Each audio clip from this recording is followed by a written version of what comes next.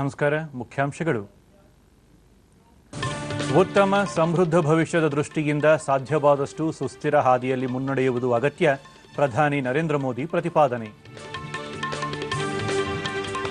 ಕೇಂದ್ರದ ಮಹತ್ವಾಕಾಂಕ್ಷಿ ಯೋಜನೆಗಳ ಯಶಸ್ಸಿಗೆ ವಿಜ್ಞಾನ ಮತ್ತು ತಂತ್ರಜ್ಞಾನ ಕ್ಷೇತ್ರದ ಭಾಗಿದಾರಿಕೆ ಮಹತ್ವದ್ದು. ಡಾಕ್ಟರ್ ಹರ್ಷವರ್ಧನ್. ಮೈಸೂರು ವಿಶ್ವವಿದ್ಯಾಲಯಕ್ಕೆ ರಾಷ್ಟ್ರೀಯ ವಿಶ್ವವಿದ್ಯಾಲಯದ ಸ್ಥಾನಮಾನ ನೀಡುವಂತೆ ಮುಖ್ಯಮಂತ್ರಿ ಸಿದ್ದರಾಮಯ್ಯ ಕೇಂದ್ರಕ್ಕೆ ಆಗ್ರಹ. ಮಹಿಳೆಯರು ಮತ್ತು ಮಕ್ಕಳ ಸಾಗಣೆಗೆ ಕಡಿವಾಣ ಹಾಕಲು ಕಟ್ಟುನಿಟ್ಟಿನ ಕ್ರಮ. ಮೇನಕಾ ಗಾಂಧಿ. ವಾರ್ತೆಗಳ ವಿವರ. ಮೈಸೂರಿನಲ್ಲಿ 5 ದಿನಗಳ 103ನೇ ಭಾರತೀಯ ವಿಜ್ಞಾನ ಸಮ್ಮೇಳನ ಇಂದು ಆರಂಭವಾಗಿದೆ. ಪ್ರಧಾನಿ ನರೇಂದ್ರ ಮೋದಿ ಸಮ್ಮೇಳನ ಉದ್ಘಾಟನಾ ಸಮಾರಂಭದಲ್ಲಿ ಪಾಲ್ಗೊಂಡು 2 ಪುಸ್ತಕಗಳನ್ನು ಬಿಡುಗಡೆ ಮಾಡಿದರು. Technology Vision 2035 document.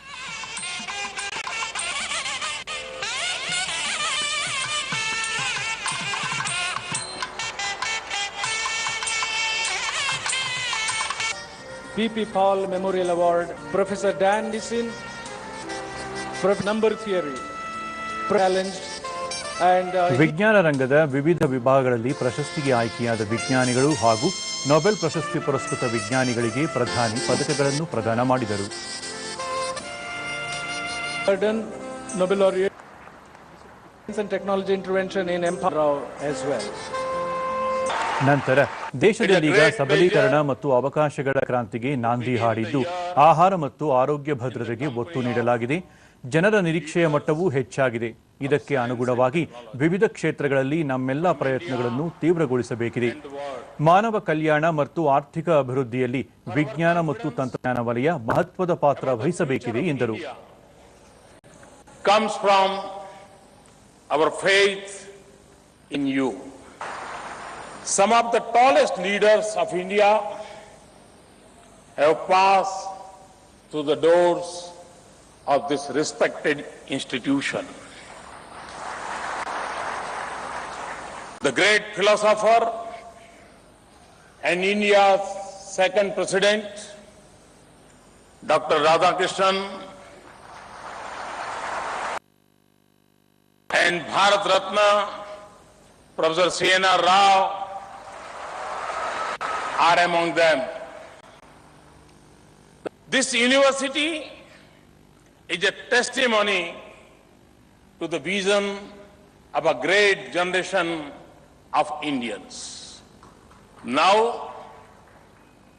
we have launched yet another revolution of empowerment and opportunities in India. ಉತ್ತಮ ಆಡಳಿತದಲ್ಲಿ ವಿಜ್ಞಾನ ಮತ್ತು ತಂತ್ರಜ್ಞಾನವನ್ನು ಮಿಳಿತಗೊಳಿಸಿದ್ದು ಡಿಜಿಟಲ್ ಸಂಪರ್ಕ ಜಾಲ ವಿಸ್ತರಿಸಲಾಗುತ್ತಿದೆ. ಸಂಶೋಧನೆ ಮತ್ತು ಅನುಶೋಧನೆಗೆ ಒತ್ತು ನೀಡಲಾಗಿದೆ ಎಂದು ಪ್ರಧಾನಿ ಹವಾಮಾನ ಬದಲಾವಣೆ ಮತ್ತು ನಗರೀಕರಣದ ಸವಾಲು ಎದುರಿಸುವಲ್ಲಿ ವಿಜ್ಞಾನ ಮತ್ತು ತಂತ್ರಜ್ಞಾನ ಕ್ಷೇತ್ರದ ಹೆಚ್ಚಿನ ಜವಾಬ್ದಾರಿ ನಿರ್ವಹಿಸಬೇಕಿದೆ ಎಂದರು. And it is leaders like Professor Rao and President Kalam and scientists like you who have placed India at the forefront of science and technology in many areas. Our success spans from the core of the tiny atom to the vast frontier of space. We have enhanced food and health security, and we have given hope for a better life to others in the world. ಮನುಷ್ಯ ಮತ್ತು ನಿಸರ್ಗದ ನಡುವೆ ಸೌಹಾರ್ದ ಸಂಬಂಧದ ದೃಷ್ಟಿಯಿಂದ ಪಾರಂಪರಿಕ ಜ್ಞಾನಕ್ಕೆ ಆದ್ಯತೆ ನೀಡಬೇಕು. ಸಾವಯವ ಕೃಷಿ, ಯೋಗಕ್ಕೆ ಒತ್ತು ಅಗತ್ಯ. ಉತ್ತಮ ಸಮೃದ್ಧ ಭವಿಷ್ಯಕ್ಕಾಗಿ ಸಾಧ್ಯವಾದಷ್ಟು ಸುಸ್ಥಿರ ಹಾದಿಯಲ್ಲಿ ಮುನ್ನಡೆಯುವುದು ಮುಖ್ಯ ಎಂದು ಪ್ರಧಾನಿ ಹೇಳಿದರು. Better scientific tools to improve city planning with sensitivity to local ecology and heritage, and reduce the demand for transportation, improve mobility, and reduce congestion. Much of our urban infrastructure is yet to be built. We must maximize the use of local material with scientific improvements and then make building more energy efficient. We have to find affordable and practical solutions for solid waste management, converting waste into building material and energy, and recycling wastewater. Urban agriculture and ecology should get more attention. And our children must breathe cleaner city air. And we need solutions that are comprehensive and rooted in science and innovation. Nothing can be higher duty for us, whether we are in a public life or we are private citizens, and whether we are in business or explore science, than to leave the planet in a better state for our future generations. Let the different disciplines of science, technology, and engineering unite behind this common purpose. Thank you very much. Thanks a lot. ಕೇಂದ್ರ ವಿಜ್ಞಾನ ಮತ್ತು ತಂತ್ರಜ್ಞಾನ ಸಚಿವ doctor Harshvardhan, Bharat ಇಂದು ವಿಜ್ಞಾನ ಹಾಗೂ ತಂತ್ರಜ್ಞಾನ ಕ್ಷೇತ್ರದಲ್ಲಿ ಜಗತ್ತಿನ ಮುಂಚೂಣಿಯಲ್ಲಿದೆ. ಶ್ರೇಷ್ಠ ಸಂಶೋಧಕರು, ವಿಜ್ಞಾನಿಗಳು, ಅತ್ಯುನ್ನತ ಸ್ವದೇಶಿ ತಂತ್ರಜ್ಞಾನ ಗುಣಮಟ್ಟದ ಸಂಶೋಧನಾ ಕೇಂದ್ರ ಹಾಗೂ ಪ್ರಯೋಗಾಲಯಗಳು ದೇಶದಲ್ಲಿದ್ದು ಜನಸಾಮಾನ್ಯರ ಸಮಸ್ಯೆಗಳಿಗೆ ಪರಿಹಾರ ನೀಡುವ ಸಾಮರ್ಥ್ಯವನ್ನು ನಾವು ಹೊಂದಿದ್ದೇವೆ ಎಂದರು. Such fellows who are putting their heart and soul into ensuring that the science can really be connected to the people and it can really solve the problems of the country. Just to give you a brief glimpse, I can tell you that there are hundreds of things about which I can talk now, but the paucity of time doesn't allow that. ಕೇಂದ್ರದ ಮಹತ್ವಾಕಾಂಕ್ಷಿ make in India, digital India, Swachh Bharat, ಸಶಕ್ತ Bharat, smart city ಮುಂತಾದ ಕಾರ್ಯಕ್ರಮಗಳನ್ನು ಯಶಸ್ವಿಗೊಳಿಸಲು ವಿಜ್ಞಾನ ತಂತ್ರಜ್ಞಾನ ಹೆಚ್ಚಿನ ರೀತಿಯಲ್ಲಿ ಸಹಕರಿಸಬೇಕಿದೆ ಎಂದರು.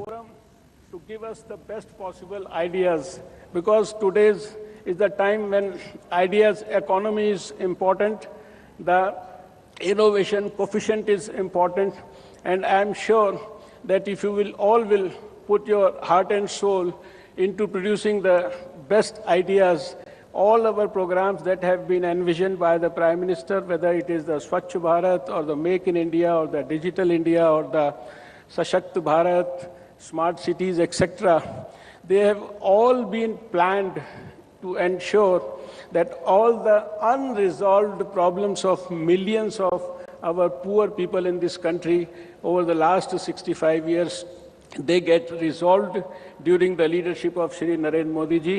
We look forward to all of you for all your wise support, ensuring that the science can really be connected to the people and it can really solve the problems of the country. ಮುಖ್ಯಮಂತ್ರಿ ಸಿದ್ದರಾಮಯ್ಯ ಮೈಸೂರು ವಿಶ್ವವಿದ್ಯಾಲಯದ ಶತಮಾನೋತ್ಸವ ಸಂದರ್ಭದಲ್ಲಿ ಭಾರತೀಯ ವಿಜ್ಞಾನ ಸಮ್ಮೇಳನ ಆಯೋಜನೆಯಾಗಿರುವುದು ಹೆಮ್ಮೆಯ ಸಂಗತಿ ಎಂದರಲ್ಲದೆ ಅನೇಕ ಮಹತ್ವದ ಸಾಧನೆ ಮಾಡಿರುವ ಈ ವಿಶ್ವವಿದ್ಯಾಲಯಕ್ಕೆ ರಾಷ್ಟ್ರೀಯ ವಿಶ್ವವಿದ್ಯಾಲಯದ ಸ್ಥಾನಮಾನ ನೀಡುವಂತೆ ಕೇಂದ್ರವನ್ನು ಆಗ್ರಹಿಸಿದರು. ರಾಜ್ಯದಲ್ಲಿ ಹೆಸರಾಂತ ವಿಜ್ಞಾನಿ ಭಾರತ ರತ್ನ ಪ್ರೊಫೆಸರ್ ಸಿಎನ್ಆರ್ ರಾವ್ ಅವರ ನೇತೃತ್ವದಲ್ಲಿ ವಿಜ್ಞಾನ ಮತ್ತು ತಂತ್ರಜ್ಞಾನ ಕ್ಷೇತ್ರಕ್ಕೆ ಸಂಬಂಧಿಸಿದ ವಿಷನ್ ಗ್ರೂಪ್ 2008ರಿಂದ ಕಾರ್ಯನಿರ್ವಹಿಸುತ್ತಿದೆ. ರಾಜ್ಯ ಪ್ರತಿಭಾನ್ವಿತ ಮಾನವ ಸಂಪನ್ಮೂಲದ ನೆಲೆಬೀಡು. ಈ ಹಿನ್ನೆಲೆಯಲ್ಲಿ ಅನೇಕ ಪ್ರಮುಖ ಸಂಸ್ಥೆ, ಕಂಪನಿಗಳು ಇಲ್ಲಿ ಕಾರ್ಯನಿರ್ವಹಿಸುತ್ತಿವೆ ಎಂದರು. Science and technology for indigenous development in India is the theme of 103rd Indian Science Congress. Development of science and technology requires an enduring collaboration between the government, the industry and the academia. In our state, we have been striving to achieve this partnership by engaging the industry and the academic world through vision groups in various sectors where policy makers, academia and industry.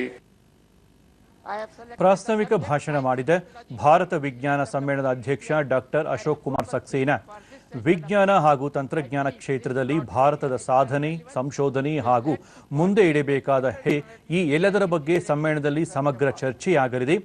ಜಗತ್ತಿನ ಶ್ರೇಷ್ಠ ವಿಜ್ಞಾನಿಗಳು ಈ ಸಮ್ಮೇಳನದಲ್ಲಿ ಪಾಲ್ಗೊಂಡಿದ್ದು ಮಾರ್ಗದರ್ಶನ ನೀಡಲಿದ್ದಾರೆ ಎಂದು ಹೇಳಿದರು. ಜೈ ಜವಾನ್ ಜೈ ಕಿಸಾನ್.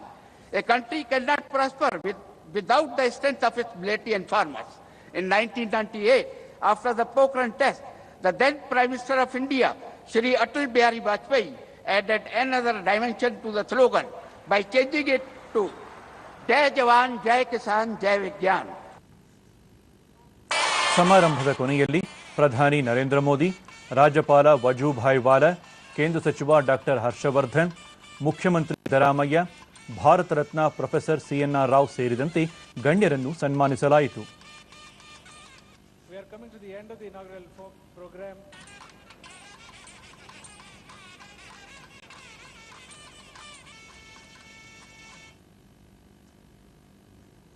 ಪ್ರಧಾನಿ ನರೇಂದ್ರ ಮೋದಿ ಇಂದು ಸ್ವಲ್ಪ ಹೊತ್ತಿನಲ್ಲಿ ತುಮಕೂರು ಜಿಲ್ಲೆಯ ಗುಬ್ಬಿ ತಾಲೂಕಿನ ನಿಟ್ಟೂರು ಸಮೀಪದ ಬಿದರೆಹಳ್ಳ ಕಾವಲ್ನಲ್ಲಿ HAL ಹೆಲಿಕಾಪ್ಟರ್ ಕಾರ್ಖಾನೆ ನಿರ್ಮಾಣಕ್ಕೆ ಶಂಕುಸ್ಥಾಪನೆ ನೆರವೇರಿಸಲಿದ್ದು, ಇದಕ್ಕಾಗಿ ಸಕಲ ಸಿದ್ಧತೆ ಮಾಡಲಾಗಿದೆ. ಈ ಸಂದರ್ಭದಲ್ಲಿ ರಕ್ಷಣಾ ಸಚಿವ ಮನೋಹರ್ ಪರಿಕ್ಕರ್, ರಾಜ್ಯಪಾಲ ವಜೂಭಾಯಿ ವಾಲಾ, ಮುಖ್ಯಮಂತ್ರಿ ಸಿದ್ದರಾಮಯ್ಯ ಮತ್ತಿತರ ಗಣ್ಯರು ಉಪಸ್ಥಿತರಿರುತ್ತಾರೆ. 610 ಎಕರೆ ಪ್ರದೇಶದಲ್ಲಿ ಸುಮಾರು 4,000 ಕೋಟಿ ರೂಪಾಯಿ ವೆಚ್ಚದಲ್ಲಿ ತಲೆ ಎತ್ತಲಿರುವ ಈ ಕಾರ್ಖಾನೆಯಲ್ಲಿ ಲಘು ಯುದ್ಧ ವಿಮಾನ ಸೇರಿದಂತೆ ವಿವಿಧ ಮಾದರಿಯ ಹೆಲಿಕಾಪ್ಟರ್ಗಳನ್ನು ತಯಾರಿಸಲಾಗುವುದು. ಸುಮಾರು 3,000 ಮಂದಿಗೆ ಉದ್ಯೋಗಾವಕಾಶ ಸೃಷ್ಟಿಯಾಗುವ ನಿರೀಕ್ಷೆಯಿದೆ.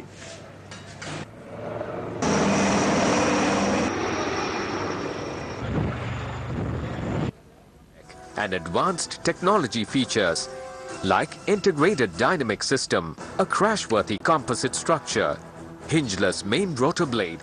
ತುಮಕೂರು ಭೇಟಿಯ ಬಳಿಕ ಪ್ರಧಾನಿ ಮೋದಿ ಬೆಂಗಳೂರು ಹೊರವಲಯದ ಜಿಗಣಿಯ ಪ್ರಶಾಂತಿ ಕುಟೀರಂನಲ್ಲಿ ವಿವೇಕಾನಂದ ಯೋಗ ಅನುಸಂಧಾನ ಸಂಸ್ಥಾನ ಆಯೋಜಿಸಿರುವ ಯೋಗ ಸಂಶೋಧನೆ ಕುರಿತ ಅಂತಾರಾಷ್ಟ್ರೀಯ ಸಮ್ಮೇಳನ ಉದ್ಘಾಟಿಸಲಿದ್ದಾರೆ. ಸಂಸ್ಥೆಯ ಅಧ್ಯಕ್ಷ ಡಾಕ್ಟರ್ HR ನಾಗೇಂದ್ರ, ದೇಶ ವಿದೇಶಗಳ ಸುಮಾರು 10,000 ಪ್ರತಿನಿಧಿಗಳು, ತಜ್ಞರು ಸಮ್ಮೇಳನದಲ್ಲಿ ಪಾಲ್ಗೊಳ್ಳುವ ನಿರೀಕ್ಷೆಯಿದೆ. ವಿಶ್ವವಿದ್ಯಾಲಯ ಮಟ್ಟದಲ್ಲಿ ಯೋಗ ಶಿಕ್ಷಣ ಅಳವಡಿಸುವ ಸಂಬಂಧ ಮಾತುಕತೆ ನಡೆಸಲಾಗಿದೆ ಎಂದರು.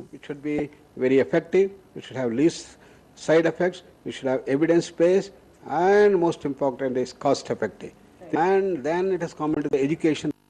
NCTA has started putting yoga as compulsory for all the teacher educators, nearly 14 lakh teachers who are trained every year. ದೇಶಾದ್ಯಂತ ಮಹಿಳೆಯರು ಹಾಗೂ ಮಕ್ಕಳ ಸಾಗಣೆ ಮತ್ತು ಮಾರಾಟಕ್ಕೆ ಕಡಿವಾಣ ಹಾಕಲು ಸೂಕ್ತ ಕಟ್ಟುನಿಟ್ಟಿನ ಕ್ರಮಗಳನ್ನು ಕೈಗೊಳ್ಳಲಾಗಿದೆ ಎಂದು ಕೇಂದ್ರ ಮಹಿಳಾ ಮತ್ತು ಮಕ್ಕಳ ಕಲ್ಯಾಣ ಸಚಿವೆ ಮೇನಕಾ ಗಾಂಧಿ ಕೊಪ್ಪಳದಲ್ಲಿಂದು ತಿಳಿಸಿದ್ದಾರೆ. ಪ್ರತಿ ನಗರದಲ್ಲೂ ಇಂತಹ ಕೃತ್ಯಗಳನ್ನು ಪತ್ತೆ ಹಚ್ಚುವ ಸಲುವಾಗಿ ವಿಶೇಷ ಮಹಿಳಾ ಪೊಲೀಸ್ ಅಧಿಕಾರಿ ನೇಮಕ ಹಾಗೂ ವಿಶೇಷ ತಂಡ ರಚಿಸಲು ಸೂಚನೆ ನೀಡಲಾಗಿದೆ.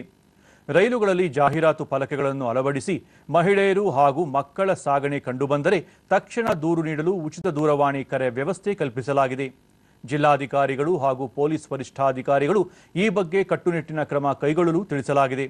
ಜತೆಗೆ ಮಹಿಳಾ ಸೇವಾ ಸಂಸ್ಥೆ ಕಾರ್ಯಕರ್ತರನ್ನೊಳಗೊಂಡ ತಂಡವನ್ನು ಜಿಲ್ಲಾ ಮತ್ತು ತಾಲೂಕು ಮಟ್ಟಗಳಲ್ಲಿ ರಚಿಸಲಾಗಿದೆ ಎಂದು ಹೇಳಿದರು. ಪ್ರಶ್ನೆಯೊಂದಕ್ಕೆ ಉತ್ತರಿಸಿ, ಮಹಿಳೆಯರು ಮತ್ತು ಮಕ್ಕಳಲ್ಲಿನ ಅಪೌಷ್ಟಿಕತೆ ನೀಗಿಸಲು ಸಮಗ್ರ ಶಿಶು ಅಭಿವೃದ್ಧಿ ಯೋಜನೆಯಡಿ ಪ್ರೋಟೀನ್ ಯುಕ್ತ ಗುಣಮಟ್ಟದ ಆಹಾರ ನೀಡಲು ಕ್ರಮ ಕೈಗೊಳ್ಳಲಾಗಿದೆ ಎಂದರು.